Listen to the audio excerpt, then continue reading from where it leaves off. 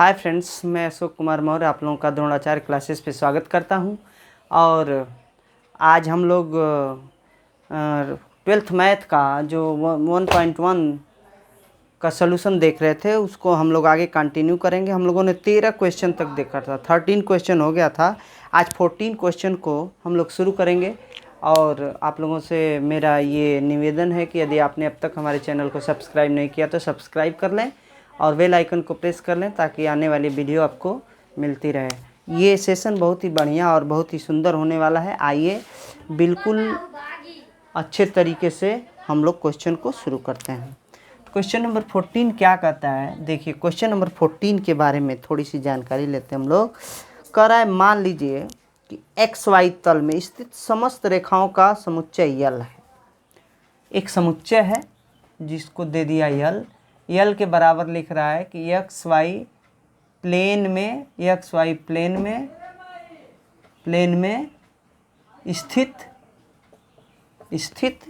X Y plane में स्थित समस्त रेखाओं का समुच्चय, समस्त रेखाओं का समुच्चय।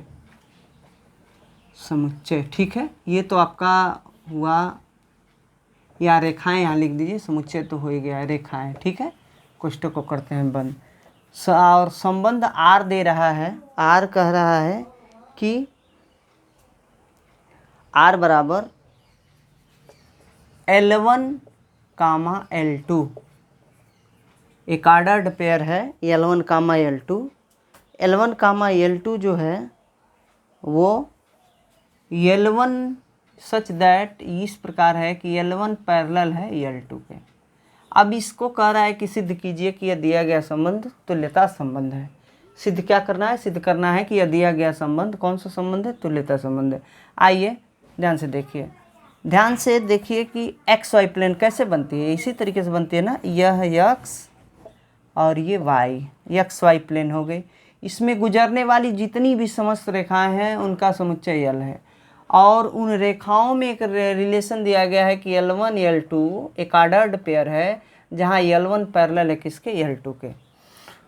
तो अब ध्यान से ये देखिए, हम क्या कर रहे हैं कि हम ये कर रहे हैं, एक्स वाई प्लेन हमने आपको दिखा दिया है। हम ये कर रहे हैं कि मान लीजिए कोई रेखा L1 है,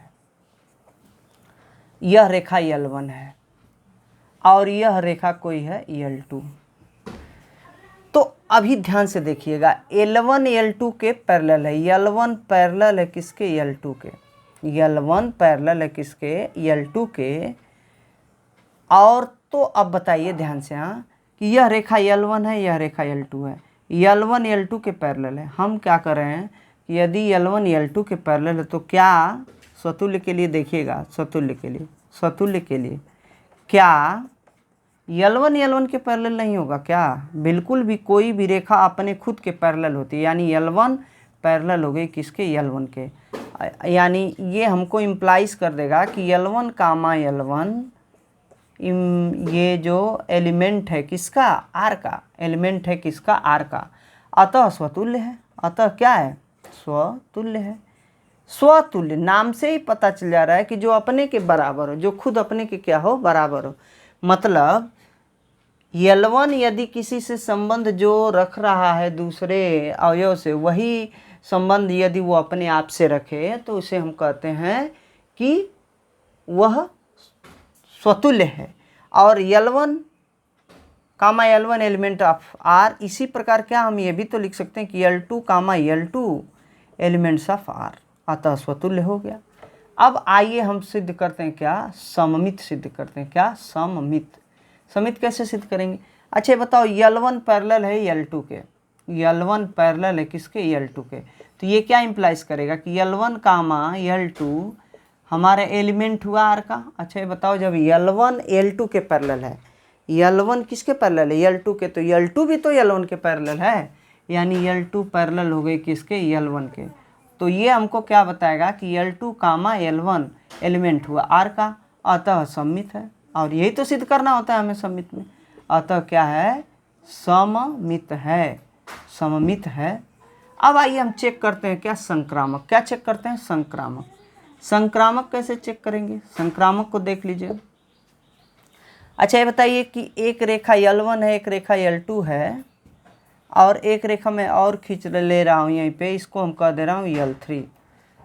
अच्छा हम ये करें कि L1 पैरेलल है L2 के, ध्यान से देखिएगा, मतलब क्या, L1 comma L2 element of R, L2 parallel है किसके, L3 के, L3 के, L3 के, ठीक है, L2 पैरेलल है किसके, L3 के। तो ये हमको क्या इम्प्लाइज करेगा कि L2 comma L3 elements of R। अच्छा ये बताओ, अब मैथ में चले जाइए, L1 parallel L2, L2 parallel L3, देखो ध्यान से, हाँ, L1 parallel L2, L2 parallel L3, तो क्या L1 पैरेलल नहीं होगी L3 के, बिल्कुल होगी, यानी L1 पैरेलल हो जाएगी किसके, L3 के, और ये हमको तुरंत इम्प्लाइज कर देगा कि L1 कामा L3 एलिमेंट हो गया R का, अतः संक्रामक है। और जब कोई संबंध तीनों प्रदर्शित कर दे, क्या क्या, स्वतुल्य, सममित और संक्रामक, तो हम इसे कहते हैं कि दिया गया संबंध क्या है, तुल्यता है। क्या है, तुल्यता है, तुल्यता है। बात समझ में आई। L1 पैरेलल L2 के, L2 पैरेलल L3 के, तो L1 L2 elements of R, L2 L3 elements of R, तो L1 और L3 भी एलिमेंट्स ऑफ R हो जाएगा। इतना बात आप लोगों को समझना था। इसी सवाल में एक चीज़ और है, उसको देखते हैं आगे क्या कह रहा है। कह रहा है कि सिद्ध कीजिए कि R एक तुल्यता संबंध है। रेखा y बराबर 2x+4, y बराबर 2x+4 से संबंधित समस्त रेखाओं का समुच्चय लिखिए। अच्छा कह रहा है कि अब ये देखो हम क्या कर रहे हैं कि कोई मान लीजिए रेखा है y बराबर 2x+4, ठीक, तो y बराबर 2x+4, अगर मैं थोड़ा सा आपको इस रेखा को इस समतल में खींच कर दिखाऊं तो कैसे खींचते हैं हम लोग भाई, चलो x का मान ले लेते हैं क्या, 0, x बराबर क्या लेते हैं, 0। जब x बराबर 0 लेंगे तो ये पार्ट 0 हो जाएगा, और फिर बच जाएगा क्या हमारा y बराबर 4, ठीक है। तो एक हमारा बिंदु मिल जाएगा 0,4, 0,4 प्लाट कर लीजिए। 0 यहाँ पे है, मतलब x अक्ष पे पढ़ा गया 0 और y अक्ष पे पढ़ा गया 4, मतलब 1, 2, 3 और 4, यहाँ पे होगा हमारा 0,4। अब हम क्या करते हैं कि y बराबर 0 दे देते हैं। तो जब y बराबर 0 दे देंगे, जब देखो y बराबर 0 तो x बराबर क्या आएगा, ध्यान से देखिए, जब y बराबर 0 तो यहाँ पर देखो 0 रख लो, बराबर 2x+4, यानी x बराबर आ जाएगा हमारा -4/2, मतलब -2, ठीक है। तो एक बिंदु हमारा मिल गया -2,0। अब ये -2,0 कहाँ होगा भाई, यहाँ पर हो जाएगा कहीं। अब ये -2,0 और ये क्या 0,4। अब इन दोनों को जब हम मिलाती हुई रेखा खींच देंगे तो यही लाइन हमारी क्या हो जाएगी, यही लाइन हमारी हो जाएगी क्या, 2x+4। विस्तार से इस सवाल को हम लोग समझा रहे हैं, ठीक है ना। ये बिंदु कौन सा है, 4,0 है, ठीक है, सॉरी 0,4 है, 0,4 है, ठीक। अब देखिए ध्यान से, कह रहा है कि इससे संबंधित, इस संबंध को बताने वाली इस रेखा से संबंधित समस्त रेखाओं का समुच्चय ज्ञात कीजिए। अब देखिए ध्यान से, रेखा हमारी क्या है, y बराबर 2x+4 है ना।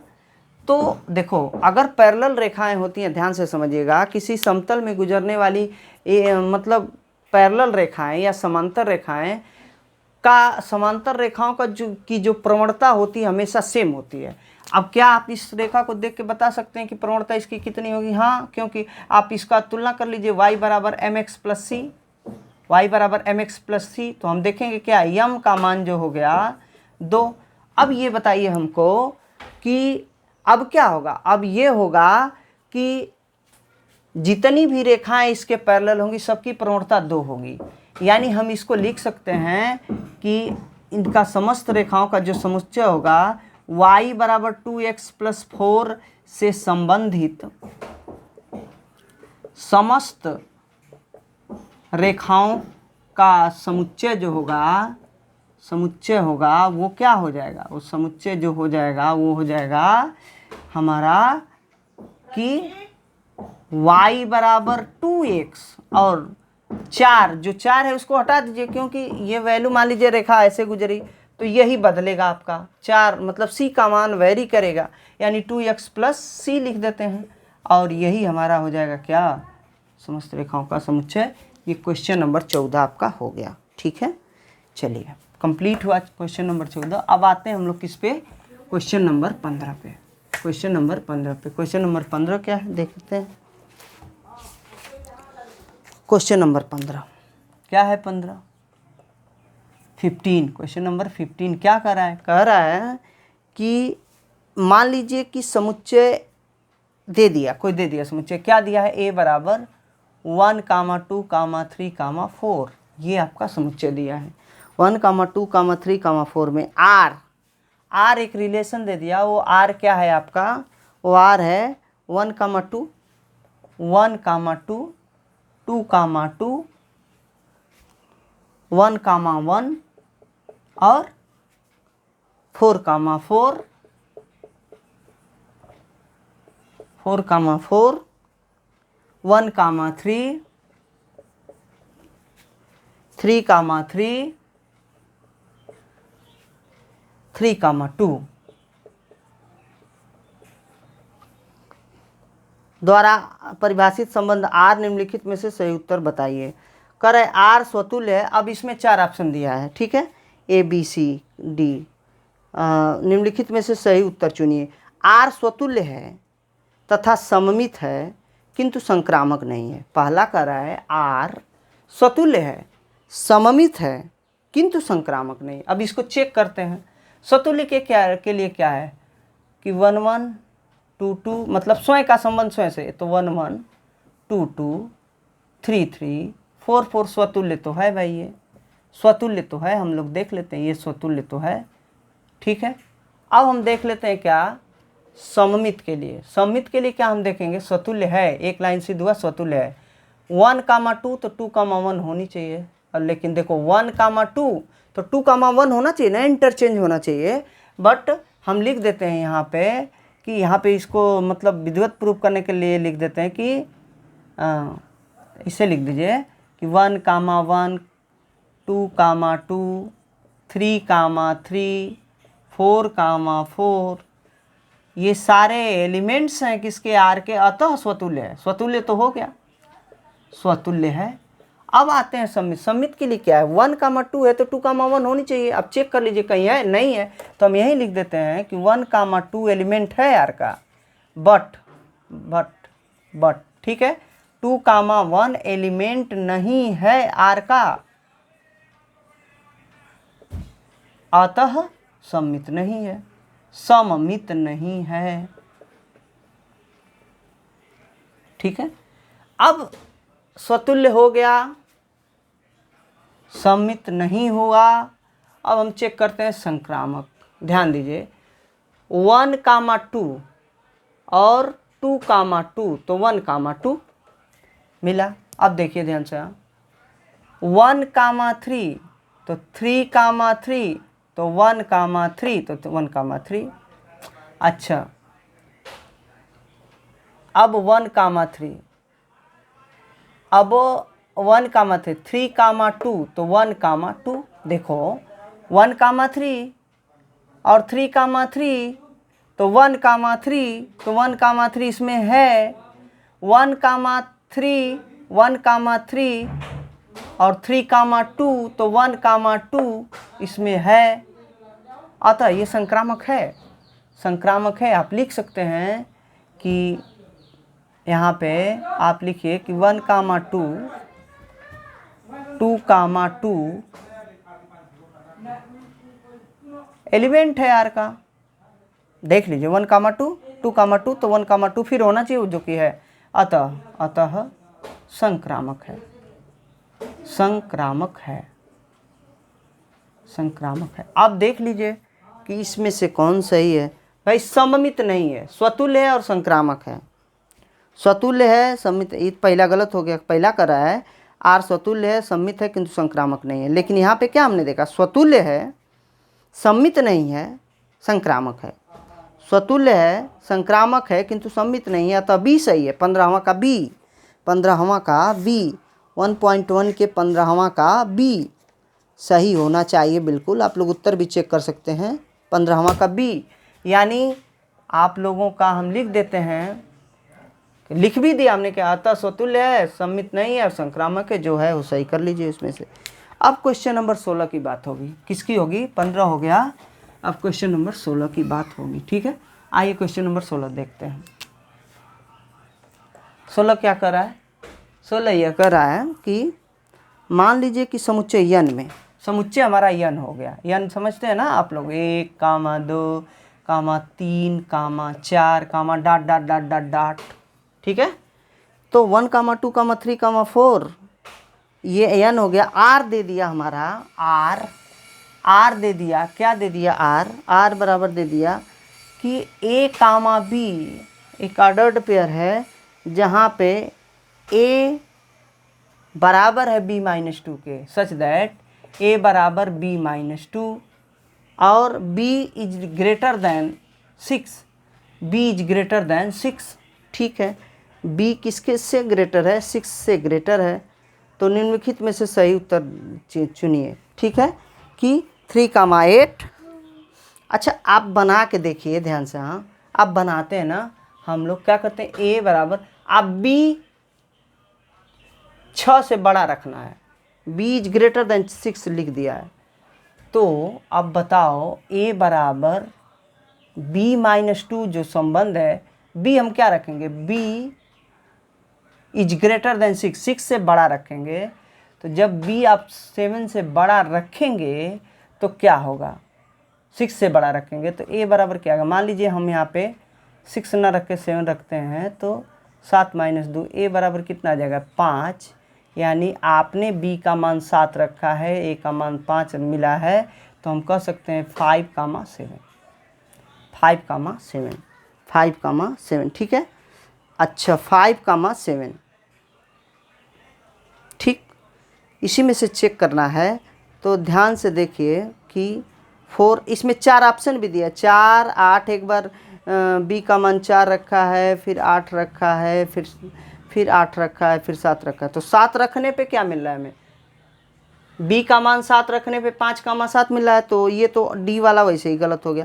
अब अगर b का मान हम 8 रखें तो क्या मिलेगा, 8 - 2, तो a बराबर मिल जाएगा 6, यानी हमें मिल जाएगा 6, 8। अब 6, 8 देख लीजिए इसमें कहीं है, हाँ है, तो यानी ऑप्शन सी में 6, 8 दिया है, तो ऑप्शन सी जो हमारा होगा, ऑप्शन सी वो सही हो जाएगा, क्योंकि 6, 8 एलिमेंट है आर का, 6, 8 एलिमेंट है आर का। अतः इस प्रकार से आज जो संबंध और फलन का पहला चैप्टर 1.1 था वो समाप्त हुआ, और हम आशा करते हैं कि आप लोगों को ये वीडियो बड़ी अच्छे से पसंद आई होगी। अगर कहीं कोई दिक्कत होगी तो आप कमेंट करके हमसे पूछ सकते हैं, कमेंट में लिखिए कि हाँ सर ये फला क्वेश्चन हमको समझ में नहीं आया। और इसी के साथ अगर अब तक सब्सक्राइब नहीं किया तो सब्सक्राइब कर लीजिए और बेल आइकन को प्रेस कर लीजिए, क्योंकि ये सॉल्यूशन लगातार इंटरमीडिएट का टोटल बुक्स जितने भी चैप्टर हैं सबका एनसीईआरटी का हल हम लगातार आपको देते रहेंगे। और सबको very very thanks a lot.